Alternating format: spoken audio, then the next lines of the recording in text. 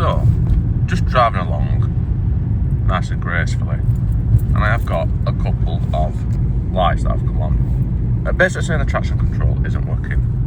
And this isn't the first time that this has happened. It's happened a couple of times. And usually all I do is just cycle the ignition, and that fixes it, as you can see. And whilst turning it off and on again does actually fix it, it's not a permanent fix, so let's actually see if we can find out what the problem is by connecting it to my new diagnostic scanner. This is, for anyone interested, this is one of them, and it seems pretty good, and it's even got a nice protective case for when I drop it. There will be a link in the description for a decent amount of discount on it, but let's see what we can find is actually wrong with this shitter. So first I need to turn the ignition on, obviously, because I've now got the opportunity to plug it in. The fault isn't actually here, but I'm hoping it's going to be showing in the history, so we can do quite a lot on this. But let's go through here and see what we can find. And this is a BMW, so let's see what we find. Now this, for this scanner, this is really basic. This does online coding, a wee level, bi-directional, all that sort of stuff. It does pretty much anything that anybody's ever going to need. So looking at an ABS fault should be pretty easy for it. So let's get through this bit. And then now we've got through here, we can go on system selection, and we'll go on here because this should show us. It could be the steering angle sensor, but let's go on that first and see what that tells us. Now, it's only the traction control lights, the DSC lights, it's not the ABS light, so I don't think it's an ABS sensor. And what it's been doing is it randomly comes on, and then cycle ignition, it goes off. Now, it used to do it like very rarely, but it's getting more and more common to a point where now it does it about once a week. So let's continue through this and see if we can find out what's actually causing it. Yes. So that is the only code I've got. And on this scanner, if I click on that, it will open a window, and yeah, let's, come on, yes. And it will search for the code on it, but it actually says what it is anyway. But yeah, this does, like I said, it does online diagnostics, it does all sorts of stuff on here, and as long as you connect it to the internet, which I've just connected this to my phone as a hotspot, it will hopefully point you in the right direction. So anyway, let's get off that, because the best thing to do is just going to be to go off this and then clear it, and then now obviously it is fixed. While we're here, let's have a look at what other codes we can find. So let's go back out of here and let's check the steering angle sensor, because that could also cause the fault, and see if we've got any fault codes for that. Yes. So let's just delete that as well. Let's clear that fault code. Okay. Now, that is the fault codes I've got for my ABS faults. I'm not going that far into this video. To be honest with you, I'm making a bit of a video more to show this scanner and a little bit of the stuff it can do, because well, I was going to make a different video and then the job never turned up, so this is what I'm doing now. Anyway, this scanner, like I say, it does pretty much everything. Let's go back out of here and have a look, just for a laugh, on what fault codes we've got in here.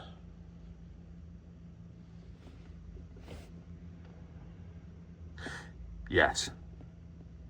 Yes. Actually, that's probably not as many as I was expecting. None of them actually mean that much. I mean, if we're going into it, most of them are for glow plugs, which this car hasn't had any working glow plugs for about, I've had it best part of 10 years. I don't think it's ever had any working glow plugs, but it always starts just fine, and the swerve flags are deactivated, so that's not a problem neither. So let's just ignore all them. I mean, we'll clear them, but they'll come back. And let's see what else we can do. There is also this scanner.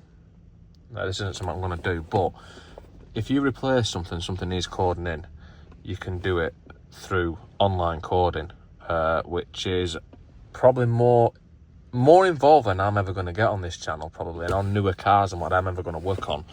But it just does everything. I mean, these are just like you're bleeding your brakes up, stuff like that. There's nothing too advanced there.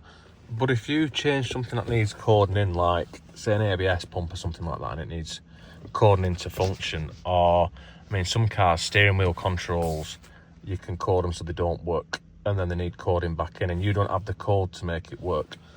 This can connect to the internet and sort that out, ideally. I mean, it's like on this. Now I've got a fault code for the steering angle sensor, which is right down here. It's different down here. World that we sipping, baby, different down. Right down underneath where the steering column goes through the floor, I believe. And also, the other fault code that I had is for one of these. So on the side of the masturbator cylinder there, you can see you've got them brass sensors there. They're pressure sensors. Now I'm going to unplug one of them and see which one the fault's on, if it's sensor 1 or sensor 2, because we've got two and I don't know which one's which. So to suss out which one's which, I'm going to unplug one of them. Yes. And now with that one unplugged, I can see which fault comes up now by reading the fault code again. And now I've got a fault for sensor 2. So let's carefully plug that back in. And we know that the one that needs replacing, if it persists and keep on doing this fault, is going to be that one. And upon unplugging that one, obviously the fault codes come up for that. And this is the lights that I'm getting. Like I said, I'm not getting an ABS light. I'm just getting the one for the traction control not working. So let's clear that again. And then as I clear it, should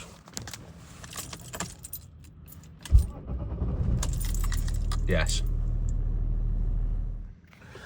And so now at least we know which part is putting the fault code and what part might need replacing. But for now, if we go into here, go special functions on the chassis, we can actually recalibrate the pressure sensors. If we read that, the matching of the pressure sensors is necessary. And well, let's do it and then see. Brake pedal must not be pressed.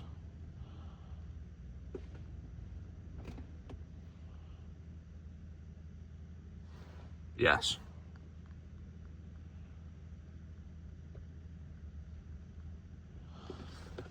And now we've matched the pressure sensors, maybe that calibration will actually stop it from causing a fault in the future.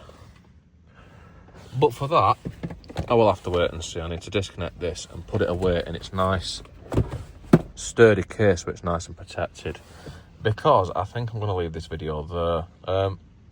See this now, like I said, I got sent this scanner to do a bit of a review on and show it in a video, and then the job I was going to do I never ended up doing. And really I need to get a video out showing it, because you know what, it's a good bit of kit. It really is a good bit of kit. And I think this weekend there is a bit of a deal on it. Anyway, like I said, I've put a link and a promo code in the description of where to get it from, and it is at a good price at the moment, so definitely check that out.